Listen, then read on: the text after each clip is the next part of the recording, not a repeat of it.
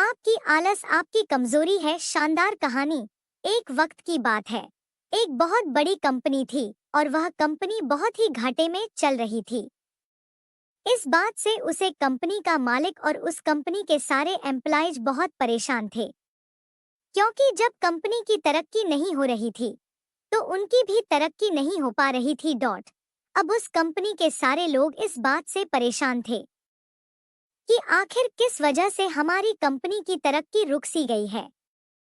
सारे लोग उस वजह को ढूंढने में लगे थे।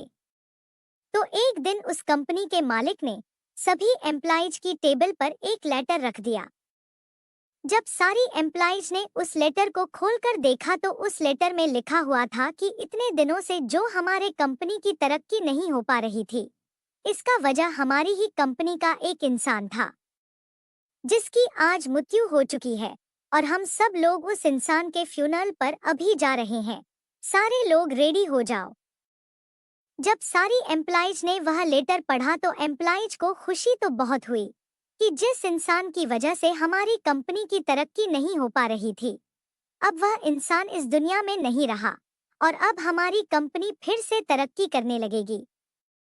लेकिन वह सारे लोग थोड़ा दुखी भी हुए कि जो भी था तो हमारी कंपनी का इंसान और आज उसकी डेथ हो चुकी है। तो उस कंपनी के मालिक ने सारी एम्प्लॉयज को एक जगह जमा किया और वह सब मिलकर उस इंसान के फ्यूनरल पर गए। और वहां पर एक बड़ा सा हॉल था और उस हॉल के बीच में एक कॉफिन रखा हुआ था। अब उस कंपनी के सारे एम्प्लॉयज एक एक करके उस कॉफिन के पास जा रहे थे और उस इंसान को देख रहे थे। सारे एम्प्लॉयज यह देखने के लिए एक्साइटेड थे कि आखिर वह इंसान कौन था।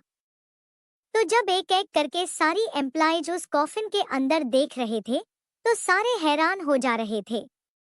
उस कॉफिन में कोई इंसान नहीं था, बल्कि उस कॉफिन में एक मिरर रखा हुआ था, जिसमें उन सारे एम्प्लॉयज को अपनी ही शक्ल नजर आ रही थी।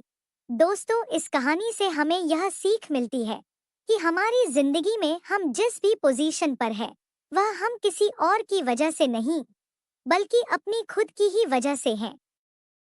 हम बहुत सी बार अपनी परिस्थितियों को दोष देते हैं, मजबूरी को दोष देते हैं, लेकिन हम यह नहीं सोचते हैं कि आज हम जो मजबूर है, यह आज हम पर जो हालात है, वह भी हमारी खुद की ही वजह से है। हम हमेशा अपने काम को कल पर टालते रहते हैं, काम करने का भी मूड नहीं है। यह सब बहाने देकर हम खुद को ही कभी आगे बढ़ने नहीं देते हैं। अगर हम अपने काम में अपना 100% नहीं देंगे तो हमारी तरक्की कभी नहीं हो सकती।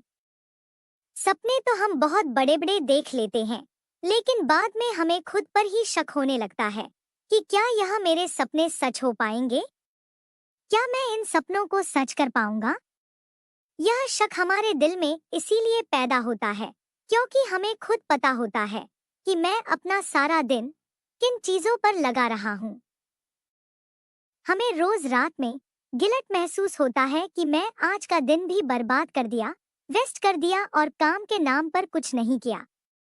अगर आप भी चाहते हो कि आपको गिल्ट महसूस ना हो, तो आपको उन बहानों को साइड में रखकर अपने काम पर फोकस करना। वो कहते हैं ना कि मेहनत इतनी खामोशी से करो कि कामयाबी शोर मचा दे।